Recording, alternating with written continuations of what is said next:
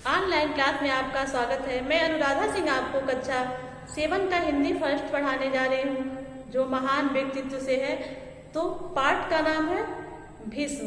तो आइए पढ़ते हैं अध्याय 6 भीष्म, भीष्म का सारांश। तो आइए सबसे पहले हम भीष्म के बारे में जानते हैं। तो भीष्म कौन थे बच्चों? तो भीष्म हस्तिनापुर के राजा महाराज शांतनु एवं गंगा के पुत्र थे। किसके? महाराज शांतनु और गंगा के पुत्र थे। इनके बचपन का नाम देवव्रत था और इनके बचपन का क्या नाम था? देवव्रत। इन्होंने अपने गुरु वशिष्ठ से शास्त्र एवं परशुराम से शस्त्र शिक्षा प्राप्त की थी। किससे? गुरु वशिष्ठ से इन्होंने क्या सीखा था? शास्त्र।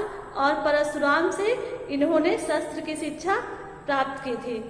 ये परम पराक्रमी थे, ज्ञानी थे, शस्त्र और शास्त्र दोनों में पारंगत थे।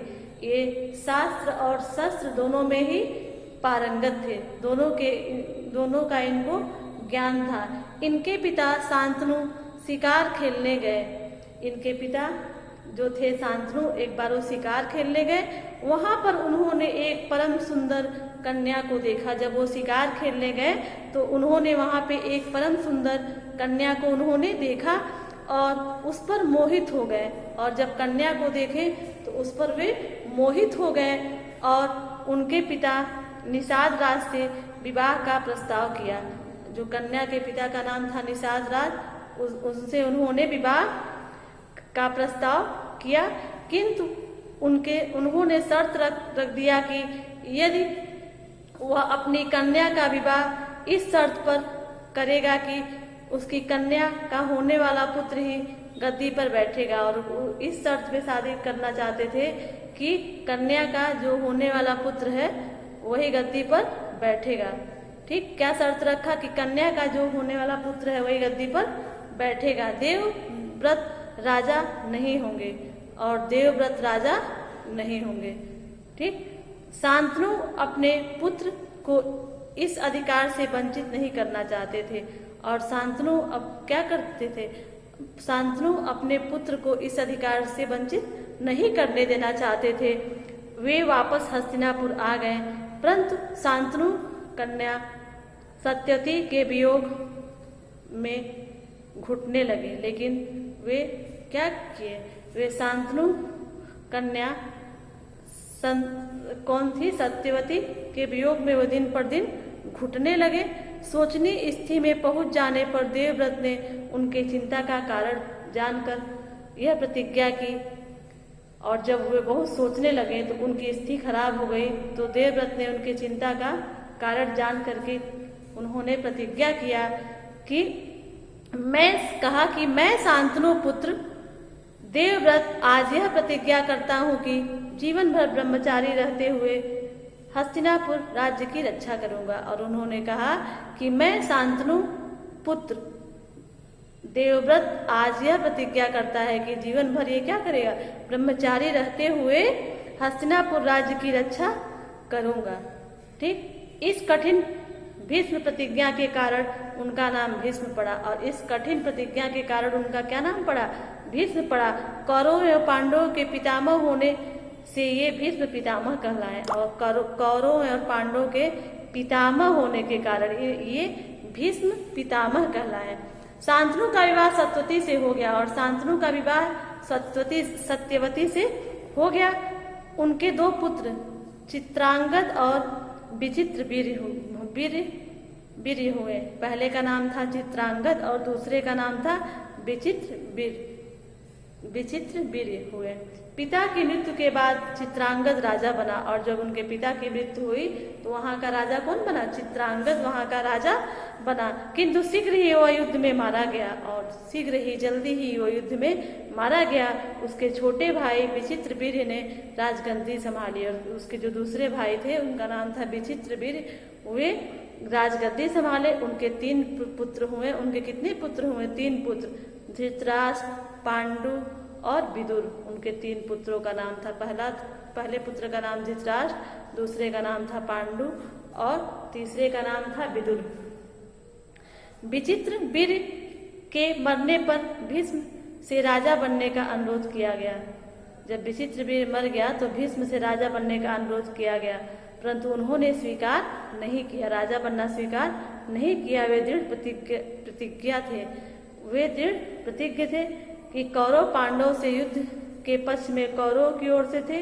युद्ध में श्री कृष्ण उनके अद्भुत पराक्रम की प्रशंसा की और युद्ध भूमि में बाणों से बिध जाने पर भी सूर्य के उत्तरायण मतलब सूर्य के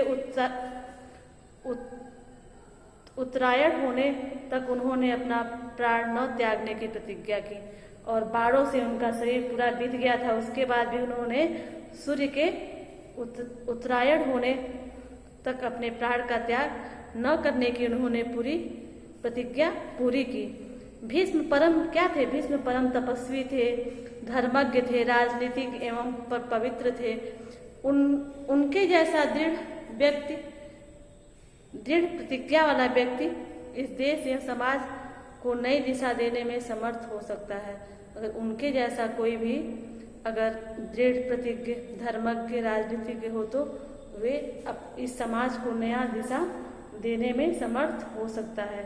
इस प्रकार मैंने आपको भीष्म पाठ का सारांश संक्षिप्त में बताया। इसका यही कहानी है। अब मैं इसके अभ्यास प्रश्न को बताऊंगी। आइए हम कक्षा 7 महान व्यक्तित्व का चैप्टर 6 भीष्म का अभ्यास प्रश्न देखते हैं। पहला है, देव व्रत का नाम भीष्म क्यों पड़ा? इसका आंसर होगा, पिता के जीवन को बचाने के लिए आजीवन ब्रह्मचर्य का पालन करने की भीष्म प्रतिज्ञा के कारण उनका नाम भीष्म पड़ा। दूसरा क्वेश्चन है, भीष्म के माता पिता का क्या नाम था? इसका आंसर होगा, भीष्म की माता का नाम गंगा तथा पिता का नाम शांतनु था। तीसरा होगा, निषाद राज ने शांतनु के समक्ष कौन सी शर्त रखी? इसका आंसर होगा, निषाद राज ने शर्त रखी कि शांतनु की मृत्यु के बाद उसकी कन्या का पुत्र ही राजगद्दी पर बैठेगा। चौथा है, युद्ध भूमि में भीष्म ने शस्त्र का त्याग कब और क्यों किया? इसका हो जाएगा, भीष्म के यह बताने पर कि मैं शिखंडी को देखकर शस्त्र रख देता हूँ। अर्जुन ने युद्ध में शिखंडी को आगे कर दिया और अतः भीष्म ने शस्त्र त्याग दिया। पाठ की किस घटना ने आपको प्रभावित किया? पाठ की किस घटना ने आपको प्रभावित किया और क्यों? भीष्म पितामह के अखंड ब्रह्मचर्य, पितृभक्ति, राजनिष्ठा, नीति पालन, अद्भुत पराक्रम आदि प्रेरक प्रसंग प्रभावित करते हैं। सही अथवा गलत का चिन्ह लगाइए। पहला है, भीष्म महाराज भरत के पुत्र थे, गलत। ब है, शांतनु की मृत्यु के पश्चात भीष्म हस्तिनापुर के राजा हुए, गलत। स है, भीष्म अपनी प्रतिज्ञा से कभी नहीं हटते थे, कभी हटते न थे, सही हो गया। महाभारत के युद्ध में भीष्म पांडवों की ओर से थे, गलत। अगला है, महाभारत के युद्ध में भीष्म ने घोर संग्राम किया क्योंकि वे ग होगा, कृष्ण को शस्त्र ग्रहण करवाकर उनकी प्रतिज्ञा भंग कराना चाहते थे। इस प्रकार से आपका 6वां क्वेश्चन भी समाप्त हुआ। और अगला है, भीष्म पितामह के चरित्र के प्रेरक प्रसंग को अपने शब्दों में लिखिए। छात्र इसे स्वयं लिखेंगे। पाठ की किस घटना ने आपको सबसे प्रभावित किया और क्यों? ये तो लिखवा दिया गया है। और है, भीष्म के समान अपने वचन पर दृढ़ रहने वाले किसी महापुरुष के बारे में लिखिए। इसे भी छात्र स्वयं लिखेंगे। इस प्रकार से आपका अध्याय 6 भीष्म समाप्त हो गया।